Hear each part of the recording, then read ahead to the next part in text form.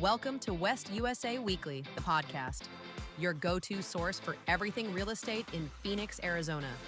We're breaking down market trends, local insights, and the moves that matter most to Valley agents. Interviews, tips, and the latest from one of Arizona's top brokerages, all in one place. Let's dive in. Good morning, West USA. Welcome to another edition of our Monday morning podcast. We appreciate everybody joining us today.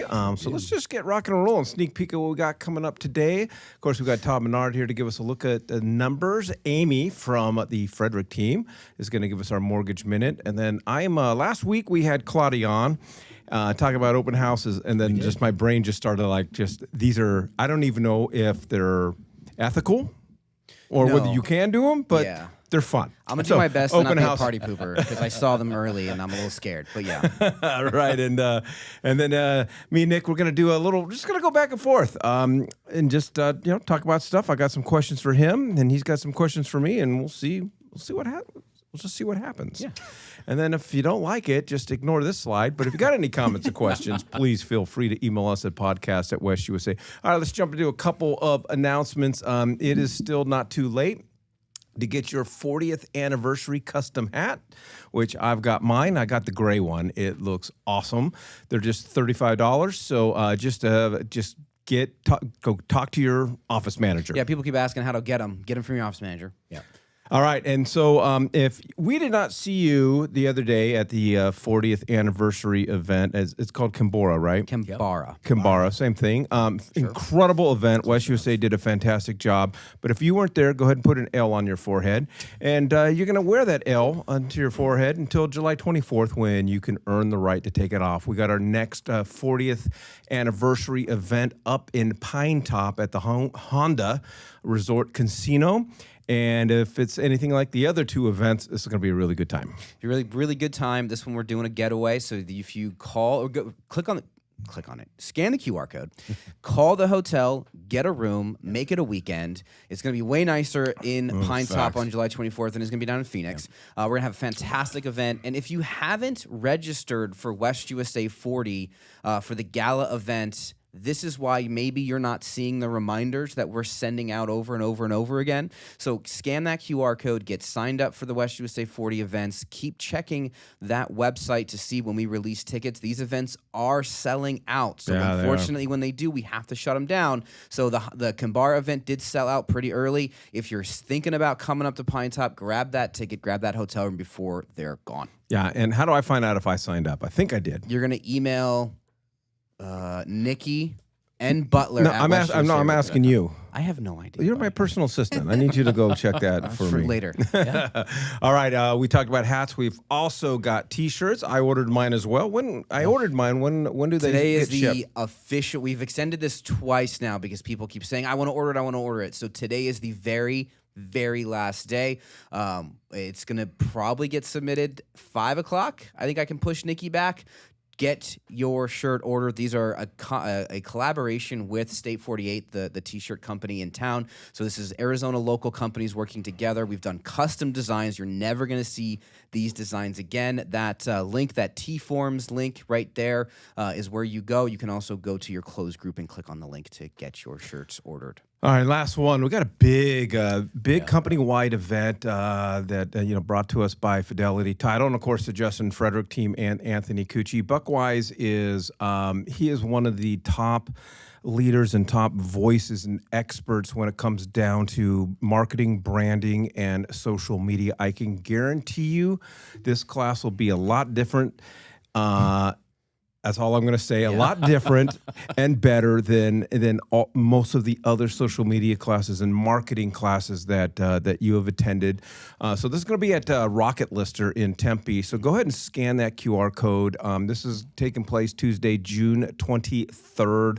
You want to get signed up for it. I guarantee you this is going to sell out fast. So. It's selling fast. Scan there. We got 150 seats, and they are going quickly, guys. Yeah, Buckwise is incredible, so definitely sign up for that class. All right, speaking of incredible, how about Todd? Give us the numbers. Mike, that's awful nice of you. Yeah. All right, everybody. Actually, I thought Amy was next. I got confused. I got confused in the order of things. That made a lot more sense. All right, everybody, thanks for joining me today. We're going over the market statistics for the week ending June 8th, 2026. Let's see what we got. 79 days on market this past week, a 4.07 month supply. Absorption rate is at 24.59%. Average list price this past week, $766,238. Average sale price this past week, $644,733. And our list price to sale price retention came in at 97.42. Active inventory down again, 25,623. Pending is sitting at 4,352, and closed units for the month of June at 1,470. Looking at new listings taken, up 19.2%, but still well under 2,400, so it's at 1,965. Days on market for active inventory is at 92, and for closed at 79. Looking at the lower left-hand side, we see our price ranges. We get to see in red those price ranges that have declined. Obviously, the others were increasing, so that brings our 600 and under inventory to approximately 66.45% of the entire MLS. Properties between 600 and a million at 19.54, and for a million plus at 14.01. Excuse me. Looking for new listings, as you can see, week over week and then year over year. So last year we were at 1,909 new listings taken. The year before, 1,931. We're still ahead of the last 2 years. At least we've been continually trending this way. But it's good to see that that sellers are still engaging. As far as active is concerned, we're at 25,623 available properties.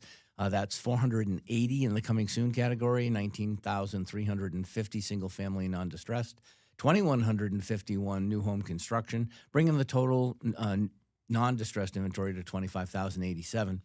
Looking at pending is sitting at 4,352. There's again, a little bit fewer buyers in the marketplace than there were last week. But again, take a look at last year. We're still 350, 320 ahead of last year and the year before, meaning there are more buyers in escrow right now than there have been in the last 2 years. Looking at closed inventory, we're sitting at 1,470, way too early in the month to tell there. But to that point, we will be doing the month-end statistics. I'll be posting the Greater Phoenix ones later today, and then the White Mountain and surrounding area statistics tomorrow. So please look for those on the dashboards. Looking at statistics, we're sitting at 4.07 months supply. We're right in that, kind of middle road, but still very, very close to the 4 and under, which would make it a seller's market. But again, what it is, and I think I've been saying this last couple of weeks because Mike and I have fun going back and forth, whether it's a seller or buyer's market. The point is, it's whatever market you're representing. So if you're representing a buyer, it's a buyer's market for you. Yeah. And you better act that way. And again, if you're representing sellers, then it's always a seller's market. You're always. Now, when they're close like this, if they were to go dramatically into a deep cycle, then obviously there's significant issues there. But right now, I like to say it's to the victor goes the spoils. In other words, to the better negotiator, the listing agent and the seller, or the buyer's agent and the buyer, whichever one is the better negotiator, the better packager, the person who can put together the file well enough to achieve the consumer's desire. The person who does that the best for their client, that's going to be the winner in every single case in the marketplace today. Median sale price has been averaging right in that 460 number. That means over the last year and a half, we've only increased the median sale price by about $10,000. That would say that the average prices of homes, that median price has gone up $10,000 because the upper end of the homes, because of the increase in prices, the prices have come back. They were down 15% back after 2021, but now they're back. So they're starting to increase again. We see a new groundswell from that perspective. We also see dropping inventory and the same number, which is more buyers in the marketplace than over the last 2 years. Those are usually indicative of a tightening market, reduced inventory, and a seller's market. So let's take a look at the list price to sale price retention. 97.42 is where we were this past week. Again, that's darn close to 97.8. But this number doesn't fluctuate overall very, very much. But between now and last year was 96.86. And what this means, these statistics on this particular line, it basically just means that right now sellers are getting about 0.5% more overall. They're not giving up as much.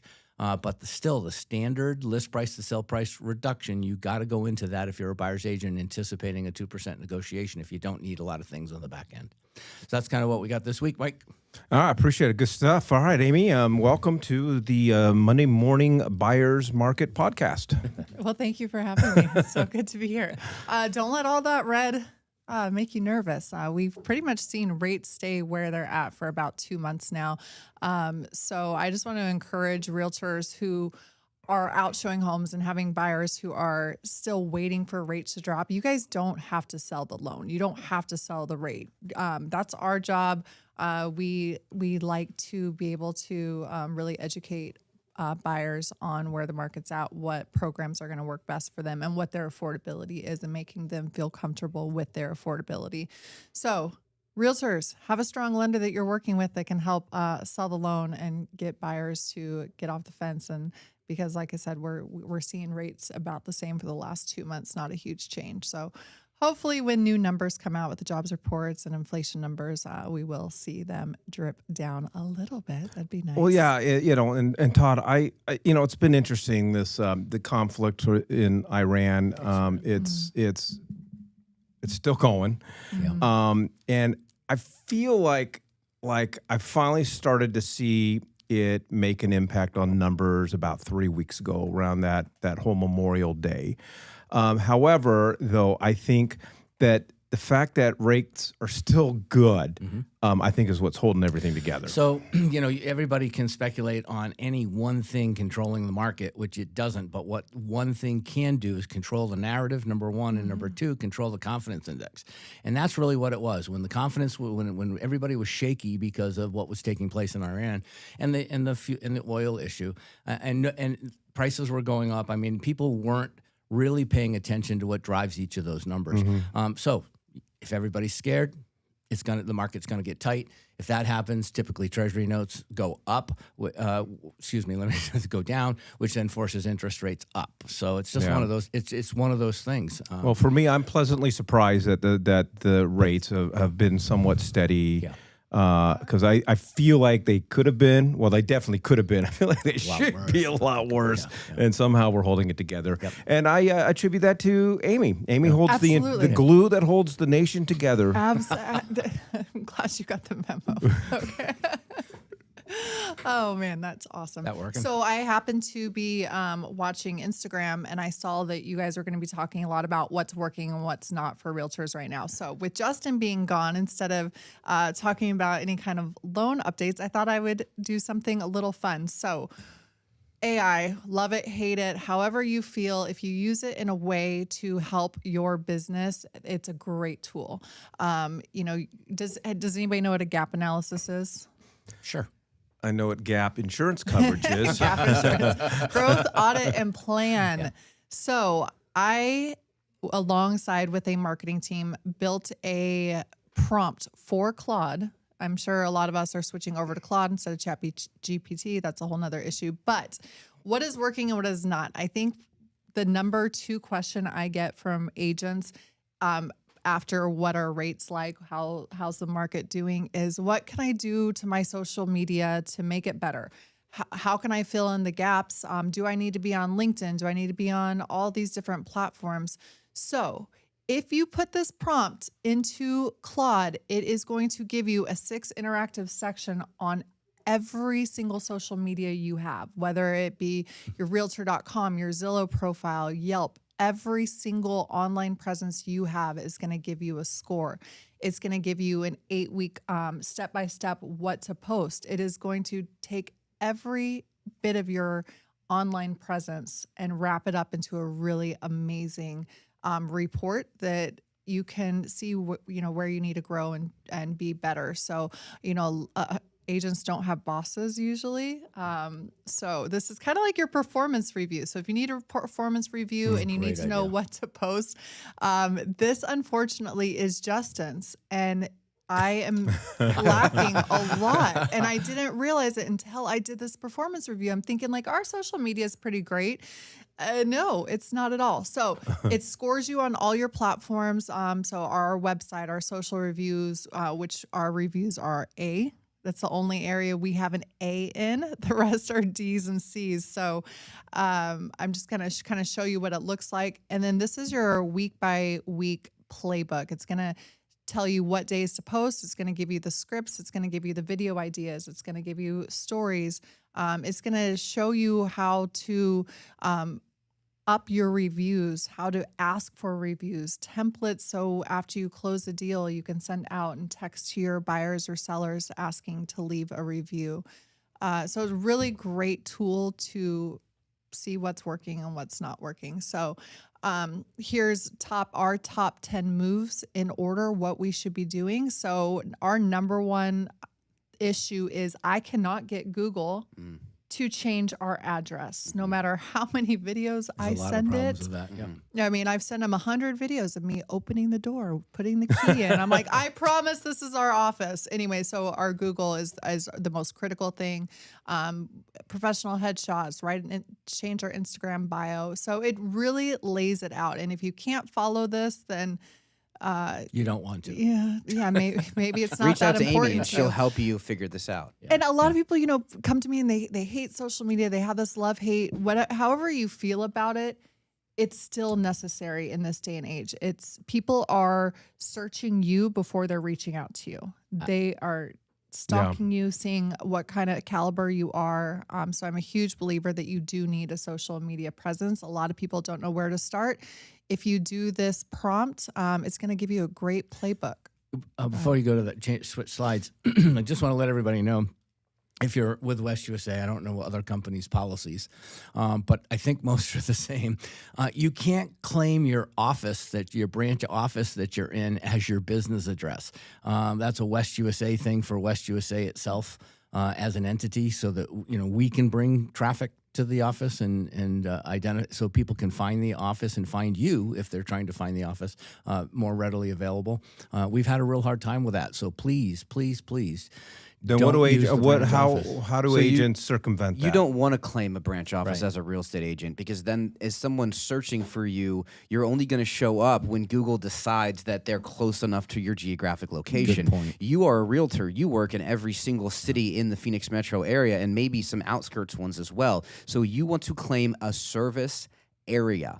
Our brokers have the instructions, so does our office managers and myself. If you're not sure how to do that, service area is what you want to select. That allows you to enter the cities in which you work. So when someone is driving around searching for a professional real estate individual, you will show up more frequently than you will if you only claim one small brick and mortar. Bingo. Absolutely. And that's such an important.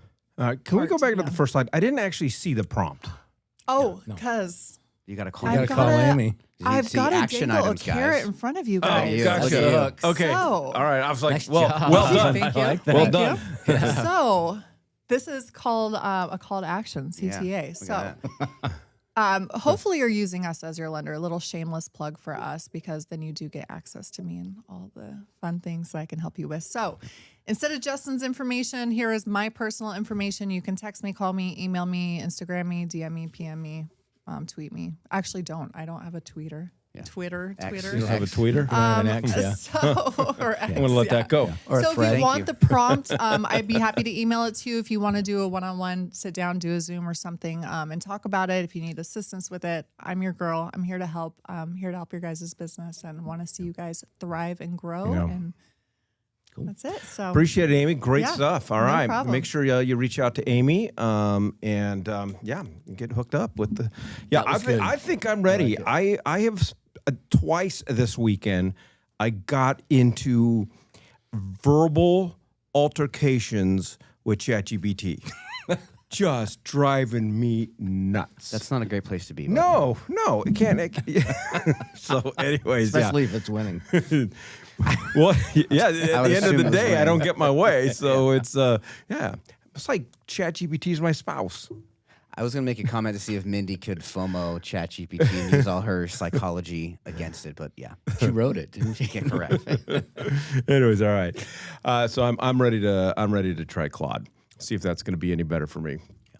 Anyway, so let's jump into the 3-pack. Like I said last week, we had Claudia on. We talked about open houses and stuff. And as she was talking, I was just, my mind was just the creative juices were flowing. I was just coming up with some just crazy ideas, and they're crazy. So let's just jump into them. So the first one I thought, I kind of briefly mentioned it last week, and I kind of like it. It's a neighborhood yoga event at your open house. Now, I do need to preface this. You obviously need to make sure that the seller's on board with it, and you probably might want to make sure that insurance is going to cover something that anything happens. So that's my my disclaimer there. Yeah. But hey, what a great idea! Partner with a yoga studio. Find a yoga studio that would like to kind of market into the business or into the neighborhood. I'm sure they would be willing to come and do something complimentary. Obviously, make sure that there's plenty of room in the house. Probably not wanting to do a studio type apartment. Vacant listings would be ideal. Invite the yoga instructor to come to the open house, and it benefits them for the marketing purpose. And then just go around and invite moms for yoga and coffee. I've never heard of it. I've never seen it. I don't do yoga. And if I did do yoga, what? That's surprising to me. Really? You can't put your ankles behind your neck? Oh, no, there's a lot of things I can't do. No, I just like the concept, crazy open house ideas, because there's no right or wrong answer here per se. It's only wrong if you check with a broker and the broker tells you it's wrong. But other than that, so here's the thing. Should I say, make sure everybody understands I'm not a broker? Please. Sure. I'm not a broker. Okay. Thank you. So at least not the one that delegated authority, right? Okay. So the big point here is maybe it evolves around your client even.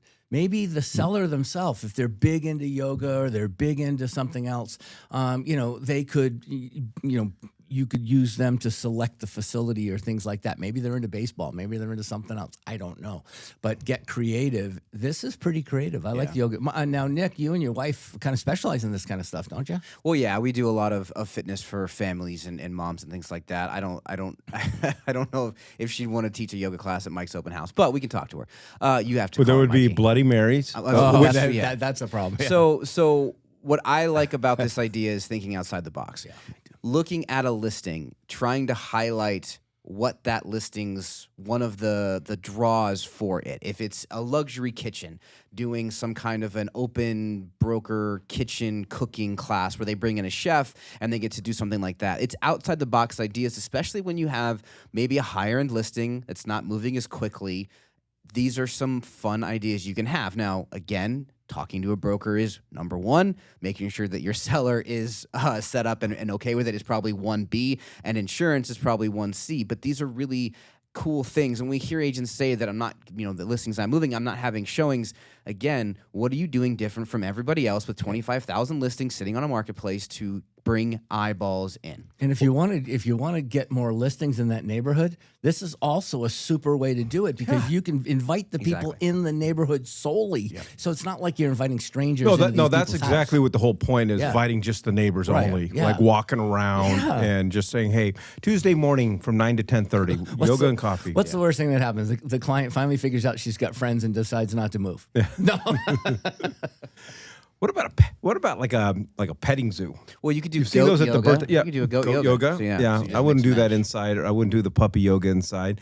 But I've seen at kids' birthday parties where they have these traveling petting zoos. Oh yeah, that'd be awesome. I think kids would love to come. We're going into the wrong time unless the garage is air conditioned. But Well, that's why, again, I think you're picking what the best part of the listing is, and then you're going to highlight that specific thing. Exemplify it. Yeah. All right, next one. That's a good one.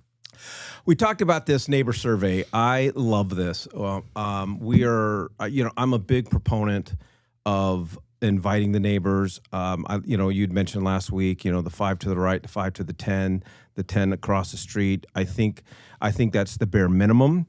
For me, if you're handing out and you're doing an inviting, whether you knock on their door or not, I think you're inviting at least 100 people to an exclusive portion of the open house. This is before the general public open house. And so we're always looking for creative ways to connect with the neighbors and to invite the neighbors.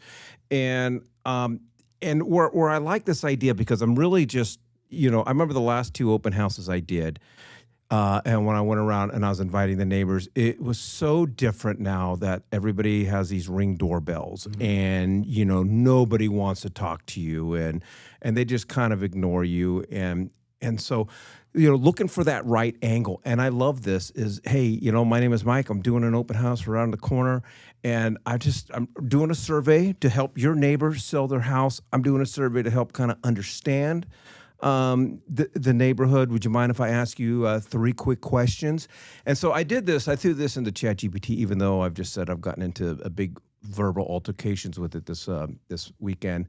But I put in there, I'm a real estate agent and wanting to connect with neighbors at open houses. Provide me 3 survey questions I can ask door to door. They were fantastic. So I would take a picture of this right now or write it down. And you just, you don't want to say, hey, I gotta, you're not part of the Census Bureau, where you're going to be there 30 minutes. But if they open the door and you're having a quick conversation, then you have the invite them to the open house. So Leslie Del Maestro helped my wife with this over at American Title Service, and she basically provided my wife with 100 email addresses of the people who live around the property that she was holding open. And there's a canned spam thing we have to be careful of. So you got to make sure there's a opt out in there. But you're just really noticing it's a public service. You're noticing in a general mailing that you're telling people there's going to be an open house. But Mike, what Leslie recommended to her was that she does it kind of HGTV-ish. In other words, she's offering them an opportunity for a preview prior to the open. You just said it. Prior to the open house, special for people that live in the neighborhood. And I thought, well, could you put in there that you're going to offer free home evaluations for people that come? And she looked at me and she goes, "You're going to wreck it." She says, "Don't put anything else. Just invite these people to be nosy Neds and looky loos and stuff." And my wife had like 36 people show up. I mean, buzzwords are important. Exclusive, neighbors only. We're only doing this at this certain time of the weekend. But Mike, you had made the comment last week about the Ring doorbell, and I'm still surprised I don't see people doing this. You hit the button on the Ring doorbell, and it starts recording. People will go back most of the time and see who was standing at their door. So if you hit the doorbell and you don't wait for them to answer, you assume they're not. Hey, this is Nick Wiedekamp. I'm holding an open house a couple doors down. I'm doing an exclusive neighbors only open house from this time to this time on Saturday afternoon. I'd love to invite you and your family to come on down. Again, it's this house. Here's the address. Come on down from this time to this time. Again, it's only for neighbors, so we're just having a few people coming by. We'd love to see you. And then you walk down the road. And if they answer in the middle of it, awesome, because maybe they tuned in and they heard what you said. If they don't, you've now left the message. Still doing what Lynn did, which is brilliant, getting the email. So now you're doing it twice. You're hitting them in 2 different capacities. You are going to fill up that open house. Now you've got a whole bunch of neighbors walking away telling their friends, this house is going up for sale. I'd love to have you be a neighbor. You should come check it out. And they say, hey, I saw this really crazy thing. Some realtor sent me this thing and wants me to go preview their open house. You want to go with me? It's just somebody else. This creep's inviting me to yoga. Guilt yoga at Tuesday at 9 o'clock. Yeah, I would say though, if you're, I like that. I would just say, and you may disagree with me, but I would say if you're going to knock on doors and stuff like that, avoid the name tags, avoid the logo shirt, because you want a shot, and don't carry around a clipboard because everybody's going to think that They'll you're take selling pictures. So carry around a puppy or a baby. Yeah. No, I mean, my neighborhood takes a picture and says, hey, FYI, there's a guy with a clipboard walking at this road. And then everyone he was at this point at 4:15. Now he's at this house at 4:30, and they track him. So, yeah, I don't know if you want to be that Welcome person. to next door. Yeah. The Gladys Kravitzes of the neighborhood. All right, and then we mentioned this. I like this Ask ChatGPT, and we're going to have to change it to Claude because but at your open houses, have your laptop up with ChatGPT open and just play a game. Let's ask, what questions are on your mind right now about your house, about your neighborhood? Are you interested in this neighborhood? Let's see what ChatGPT has to say about this. Let's see what ChatGPT has to say about these options. Here's all the specs of this house. Let's put it in there. How does it compare to other stuff? And just people just have a sign that says Ask AI, right? And just let them have fun with it. And wherever the conversation goes, you ask AI. Yeah, you know what? That's probably one of the best. And you don't have to ask a broker. Universal. Well, you have to have a disclosure for sure, but it's just one of these things where it's a gimmick. It's really just to ask AI. I love it. I think it's a great idea. It's out of the box, but it's not specific like a yoga party or sushi rolling or a dinner party. It's just got universal exposure. I think it's a good idea. I would want some guardrails set up in the prompt. We had Q on the podcast a month or two ago. He had created a pretty fantastic GPT that set guardrails around fair housing, making sure there was context in the responses when the questions were being asked. I think that would be fun. A little bit better. I do have, the brokers have my cell phone, and my phone has been vibrating fairly aggressively, so I have to assume all of them are a little nervous of what we're saying. So I'm just going to throw that disclaimer out there. Well, we started the whole thing today with crazy open house ideas, and we said, once you come up with one, please run call it by the your broker. broker. Yeah, They just run everything by so your they're going to broker. a lot of calls today. Yeah. All right. So if you're watching this live, this may be the only time that you see this. So Take a screenshot. so consider yourself just. Not the opinions of the broker. All right. Well, that's our 3-pack. Let me see if my phone's been blown up. Well, maybe no broker. So no, I'm good. Yeah. All right. Perfect. All righty. So Nick and I decided we're just gonna, every once in a while, just ask each other questions. I'd mentioned in that promo video, Nick, probably more than anyone at corporate, you truly have the pulse of the agents, of where they're at, what they're experiencing, what successful agents are doing to be successful, and vice versa. And you obviously had some questions for me, so I just want to highlight I'm the mentor, and you changed it, so that's fantastic. This is the problem. You're no longer allowed to see the slides ahead of time. I sat down and You're I said, no longer. I gotta check the Heather, slide. we're gonna talk. No, I heard you coming, and so the only thing I could change was I added Mike's life coach to the mentee portion. All right. So how do you find these pictures? Facebook. Okay. I didn't have your headshot. Okay. You have a folder of random photos of me on your computer, I see. No, I went to your Facebook I don't page. believe that's a deep But I had track. to. I know, but because and kudos to you. Pretty much every picture that you have on Facebook is you and your family. Yeah. Or other people. Sure. So. I also, Anyway. Yeah. Okay. Called So crop. do you want to start or do you want me to start? Go ahead. Start. All right. So one of the questions that I think would be important for agents to hear us chat about. There's a lot of white noise in our industry. There's a lot of white noise in the world. There's a lot of things that we tend to focus on, and I think Todd says it all the time. I've started to parrot it as well. What we focus on grows. And so what I wanted to ask was, what are agents focusing on right now that they shouldn't be?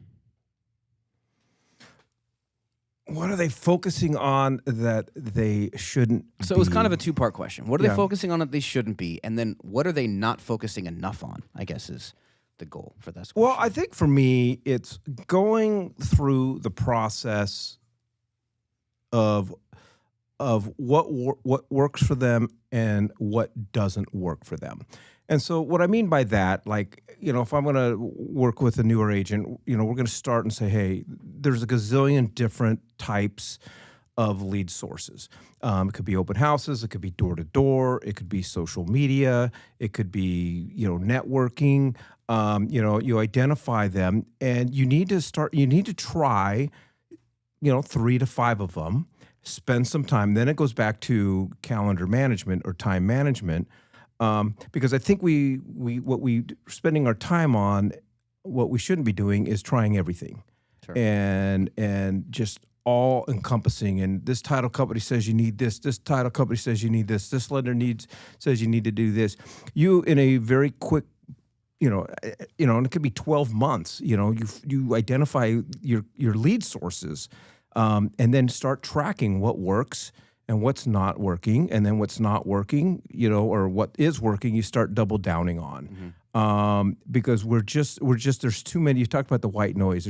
There's too many shiny objects out there, and then it goes back to then tracking your weeks. We spend so much time on the podcast talking about red time, green time.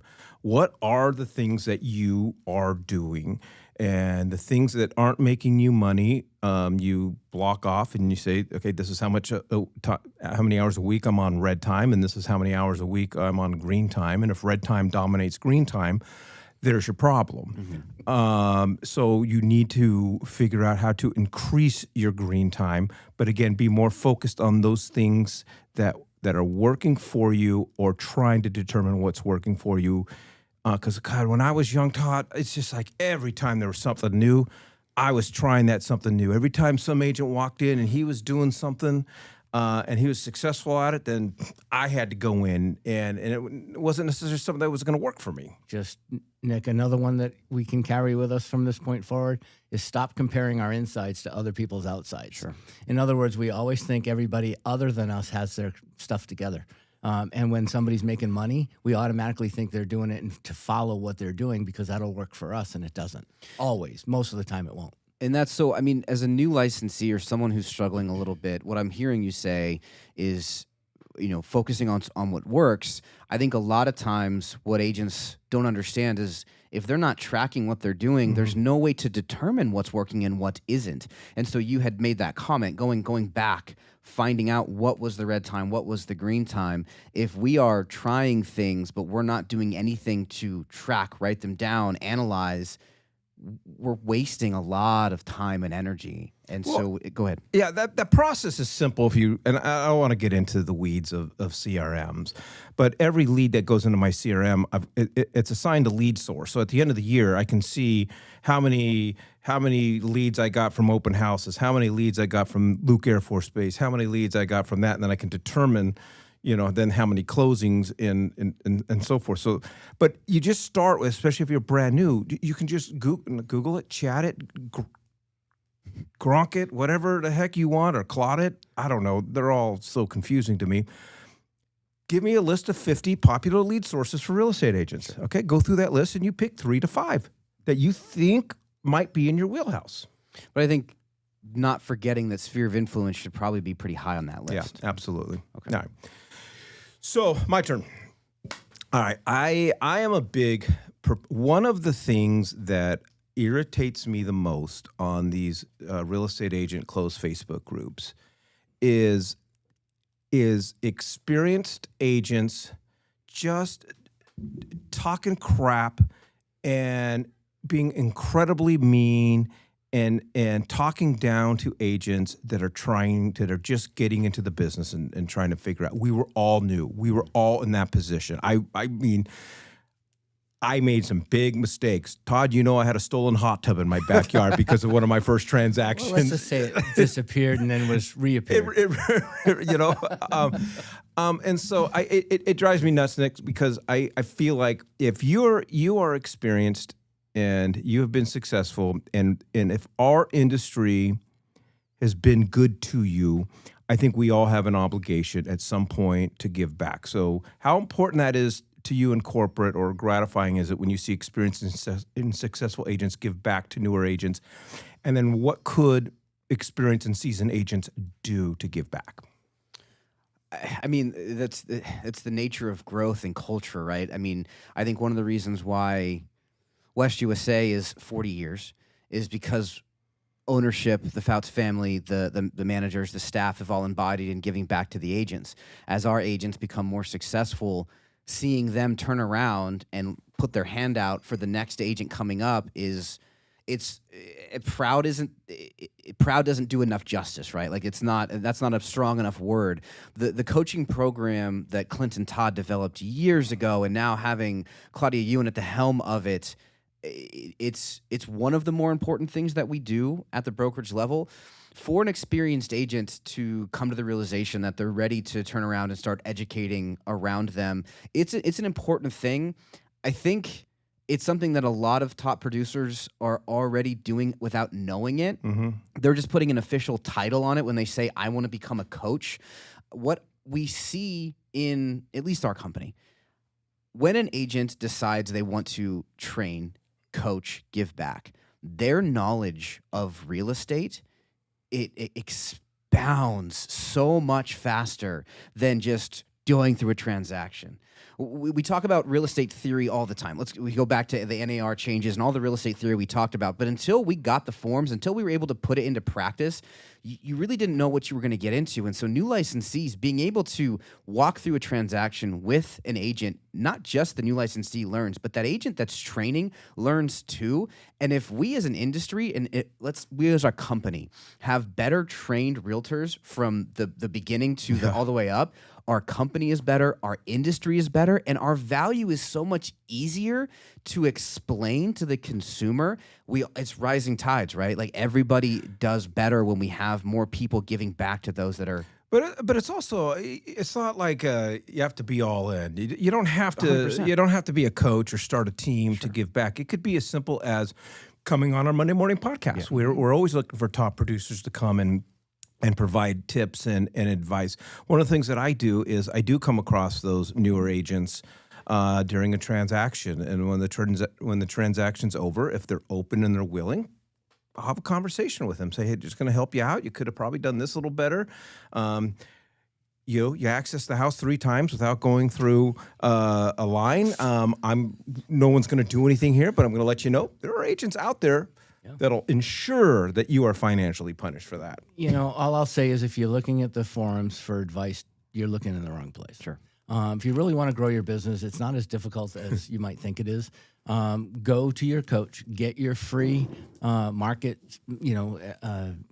business plan that they'll do for you that tells you exactly to hit your financial numbers. I mean, get this. Exactly what it takes for you to achieve what it is you're trying to do, and clear away all the other distractions once you learn those numbers. And then to Mike's earlier point, everything is about learning what works for you, not what works for somebody else. And the faster you can discover that, then the better, more successful you're going to be. All right, I'm going to go again. Hold on, I want to touch on one thing that you said. So when you started the conversation, coaching, yes, is I'm putting a title on being a coach, but we see people in our company getting away from the agent forums, the big ones, but on the closed groups and in the offices, they are giving back by answering questions, by helping with suggestions. Yeah. Good clarity. It's Thank something you. that happens a lot inside of our company. Correct. Our culture has built that around our agents and those agents in the offices. So you may be giving back to the agents around you without having the official coach title, and that's what we want to continue to foster. That's the culture. Yeah. All right, if you could make struggling, we have agents that are new or struggling to figure out the market or whatever the case is. But if you could make a struggling agent do one thing, like if we were able to eliminate this independent contractor veil, and we could say, hey, yo, you're doing this and you have to do it, what would be that one thing? Get into coaching, have a coach, have a mentor, have someone that has skin in the game on your transactions as you go through your first X amount until you are confident and comfortable with what you're doing and having confident conversations with consumers. I think every successful person has had someone helping them fast forward falling down. And I don't know what it is about our industry where it's somewhat seen as a negative thing to have a coach or a mentor. I've never really understood that. So that would be, that's the obvious answer. I think the better answer in the industry that we currently live in 2026 is having more real estate conversations, getting reps in, talking to not just potential clients and those you've transacted with, talking to your industry partners, talking to other agents, talking to entrepreneurs and professionals. What are they doing? What are they seeing? I've been very fortunate. I mean, when you started the conversation, Mikey, and talking about me having the pulse with our agents, the only reason I have that is because I've been given the opportunity to have conversations with our agents. I get to talk to them on the phone every single day, out in the offices every week, have conversations on the podcast. I'm learning from what they're telling me because I'm hearing what they're saying. And that, I think, is how we see success grow faster. If I can't force you into coaching, that's how you get more reps. That's how you get more confident. That's how you speak more eloquently to your potential clients. What about you, Todd? Well, I think that I think hiring a coach is not an entry-level thing. Hiring a coach is anytime you want to be better at what you do. And our coaches can help you no matter what level, production you may be at. On the other hand, I think you got to do, you said it, you got to put yourself where the consumers are, because people aren't successful because we don't have a steady stream of consumers. So I would say hold an open house every single day and don't go to the office. Learn how to hold a successful open house. Bring in Leslie and other people that know what they're doing to help you get better traction. But here's the thing. I know for a fact that any agent at West USA, any that is not performing and hasn't sold a home in a year, I bet you if we were to give you 3 people, one at a time, that you would be able to sell and probably successfully close that with no more knowledge than you currently have right now. And the issue is really just that you don't have another buyer to work on. Mm-hmm. And then you get demoralized because you see that everybody's telling you what to do, but you don't really, those aren't the activities you might want to do. Going back to, again, what am I good at? What am I not so good at? Yeah, I agree with you, Nick. I think it's either coaching or a team. Because the issue for most agents, I have found, is accountability. Highly successful agents are self-accountable. They don't need accountability, because what we do is we go and we might go to this Buck Wise event. We might get this Claude prompt from Amy, and we might go to this class, and we get all these things, and these are great. And we try it for 10 minutes and then lose interest, and we don't have that consistency with it. So when you have a coach or you have a team, there's that element of accountability. Again, let's find out let's determine what we're going to do, and let's stick to it. Like, every Wednesday morning at our team meeting, we go through numbers. All right, how many real estate conversations did you have? Well, you said you were going to have this many this month. We're here. How many new contacts did you put into the CRM, and so forth, rather than we just talk about it once a year. Yeah. So I mean, accountability partners are another big one. Mm-hmm. Teams in my opinion, coaches are similar. They're going to provide you a level of accountability, level of mentorship, and hand-holding you through those processes. Really quickly, I'm getting screamed at in the chat by one of our brokers. She's writing in all caps, so I feel like if I don't read Claudia's comment, and if I've mentioned her a couple times, I owe it to her. So Claudia is saying, learn how you sell. Who are you develops your selling techniques, which I think is a very good statement. I agree with her 100%, and that's why she's one of our managing brokers and the director of coaching. Thank you, Claudia, for that. Also, could you please stop yelling at me in the chat? I would appreciate that. Yeah. All right, so Nick's got a very low self-esteem, so let's take it easy on him. I don't like getting yelled at. But you're so good at getting yelled at. Well, I've got a lot of practice from you. Thanks, buddy. So, we kind of just touched on it, but I'm gonna ask the question officially now here.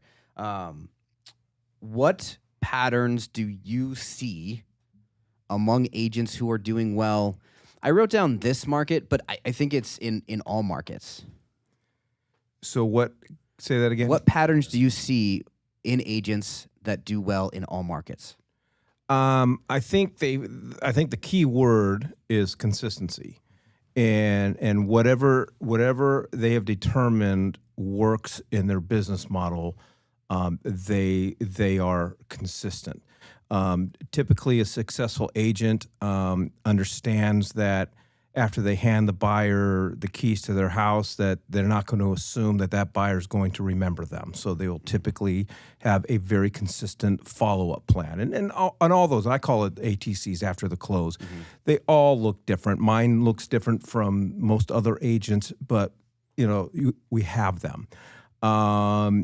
We always joke, Nick, about like the common regret that a top producing agent has that's been in the market for decades is one, they never embraced a CRM, or in my day when I started, there were no CRMs, but they have very highly functioning Excel spreadsheet systems in place. They have something. The CRM is just going to make what you would do in Excel a little more automated.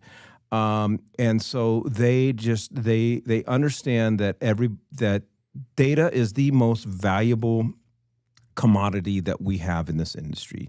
People's names, phone numbers, email addresses. But if you collect them and don't input them anywhere and don't do anything with them, then, and then the last one, we talked about it. It's just time management. I mean, there are things I got to be careful how I say this, but there are things that go on at the offices that you're not going to see the top producers at because they're out selling. They're focusing on their green time. Well, I think those opportunities are for those agents that need to get reps in for their business that might not be at that level yet. So I mean, that's what some of those situations are set up to do. But yeah, I 100%. So I wrote down notes of this question, knowing I was going to ask you it. And mine are, we've already touched on it. But consistency, communication, follow up, follow through. And the one thing that I didn't hear you say that I don't hear a lot of people talk about is leveraging the brokerage. A lot of our top producers are leveraging the systems and the things that we have in play, and maybe not them personally, but their team is. You guys require agents to go through different trainings that we provide in the company. There's the CRMs that we've partnered with. There's a lot of benefit to being at a 40-year-old brokerage, not just in name recognition, which is fairly high, but in all the partnerships that we've been able to develop with outside vendors and other companies. That's a thing that we're seeing more and more of our team leaders and some of our top producers leveraging is West USA. Well, go ahead, Todd. Sorry, Mike. Let me just say this about that. You get the economy of scale purchasing power of West USA, and because we're not a split shop, we are not interested in making the services that we offer to the agents a profit center. Yeah. If you go to a lot of these other companies, I mean, not only are they charging you a high split, but they're also making money off joining these programs. And so that's one of the things that I've always felt that our company did exceptionally well. Was we're not in your pocket. If we can negotiate a deal for lower price, you're going to get that price. There's no in it for us. Yeah, there's a brokerage out there that will go unnamed. It's always bothered me over the years because I will talk to agents that interview them, and that agent will say, "Hey, I'm looking at West USA, might be looking at another brokerage, and so forth," and they'll always say. It's just in a generic term. You don't ever want to go to a 100% company because they don't offer anything, and they can't even compare to our offerings. Well, I've done the homework, and I've done the math, and I've done the research. I am telling you, West USA offers a lot more than they do, and West USA doesn't make as much money off of your back than they do. And so, yeah, there is a tremendous amount of, if you're not aware of what we offer, and if you've never attended a Monday morning orientation, we do it the first Monday of every month. Talk to your office managers. I love our technology. I love my iFound agent website. I love my mobile app. I actually use them to generate leads and to generate business. But I will say this. The last thing I'll say about this is I say at every orientation, I will put our broker team up against any broker team in the nation. They are if you do not call the broker and ask a question, and then you make a mistake because you don't want to bother the broker or you think it's a dumb question, then that's a you problem. Mm-hmm. It's 100% a you problem. Our brokers have made it very clear that that's why they're here. They're here. And I know they talk about me in their little 4 broker powwows and stuff because of the crazy. But I call a broker 1 to 2 times a week, either because I'm not sure how to do something, I forgot how to do something, or I'm pretty confident I'm right, but I just want to verify it. So I just leverage the broker team. If anything else, leverage the broker team. Well, you and I have been doing this for a long time, so I knew you were going to set me up. The leveraging of West USA is way more than any technology offering that we have. It's the people that makes this company. So I knew you were going to bring up our brokers because you do a really good job with that. If you're not leveraging... Do you think they'll forgive me for what I did during the 3-pack? No, I made sure they didn't. Okay. We've got... on top of having the best brokerages in the industry, which, again, I don't think people understand how big of a deal that is. And I'm not trying to make a commercial for West USA here. I'm truly trying to just beg our agents to get more involved with our branch staff and our brokers. Our branch managers and our office assistants and assistant managers are amazing, and they want to help you with what you've got going on. And if you're not leveraging them and their knowledge and their expertise, when they can do to help you, you're missing out on a lot of support that you should be getting. Well, going back to if you're struggling, and I would say struggling is relative to you. It is, but are you hitting the goals that you want to hit? Right.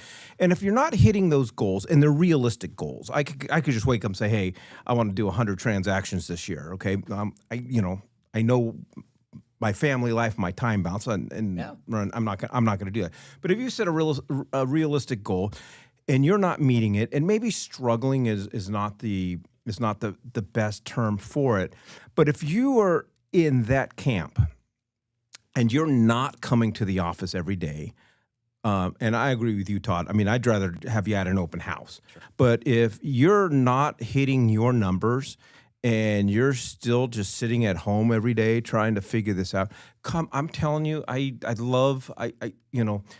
I have such great relationships with agents around this office because we stop in the hall, we talk. I love the Valley Home Group because we'll get into it. Like we'll really talk about some stuff, and we got some great agents here. And if you're not sure, there's top producers that come and talk to them, ask questions, sit down with your office manager and say, hey, what am I missing? What is something that West USA offers that I'm not taking advantage of? It's scary, but it's definitely something that you need to start with. And you need to struggling is the correct word. If you're not hitting your numbers, you're struggling. You're not where you want to be, and that's okay. We've all been there. Remembering that we've all been new once, being okay with that, pushing into it is important. That's how you grow. Yeah, this was one of the biggest negative byproducts for our industry as a result of COVID. Totally. We weren't allowed in the office, and so I maintain that isolation will break 100%. Your business. All right, Nick. We've been here. You've been, I think, at West USA a year longer than me. We've 14 years this month, and then I guess 13 maybe for me. Then I don't know. We've seen real estate evolve. But what do you think agents should do to prepare for the near future? I think that one thing that you guys are very aware of. You're doing the research. You're doing the homework. You guys read stuff and hear stuff that we don't because we're just out doing our thing, and we depend on the West USA to provide that information. That's a big question. So we did our Kinbara event last week. We had our Zillow rep and a few other people from Zillow at the office at the party. We met with them before they go around and meet with national companies. I got pulled aside while we were at the event, and the comment was made. They were overly impressed by how approachable the West USA executives are to the agents. Watching our CEO, watching Todd, watching myself walk through and get grabbed by multiple agents. We remembered their names. We had, an anecdote, a story about, working with them. That was pretty awe-inspiring to them. They don't see that a lot at the brokerages they work with. So I thought that was pretty nice to hear. And so they asked the question, what are you guys doing? What's the goal for the next few months to get through 2026? And honestly, my response was keeping agents safe. We're really leaning into what can an agent do to protect themselves from everything happening around our industry. There is a lot of litigation. There's a lot of scammers. There's a lot of hackers. I'm going to be at the office the next 2 weeks talking about cybersecurity, best practices, what's happening, how to keep yourself protected, and what happens if you do get hit. We've created a full website to protect our agents from the TCPA laws. That's going to roll out here in a couple of weeks.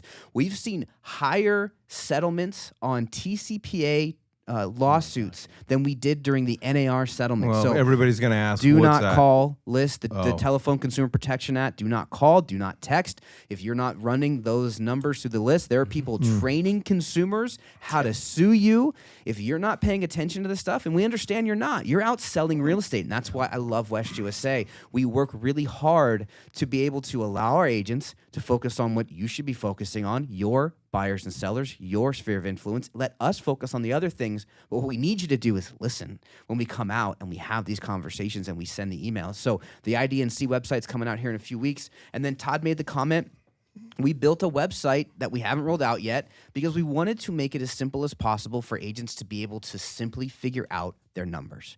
What does their business plan look like? We are an industry of entrepreneurs and independent contractors, and a lot of agents, not just West USA, but across our industry, don't treat their business like it's their business. They treat it like it's a job.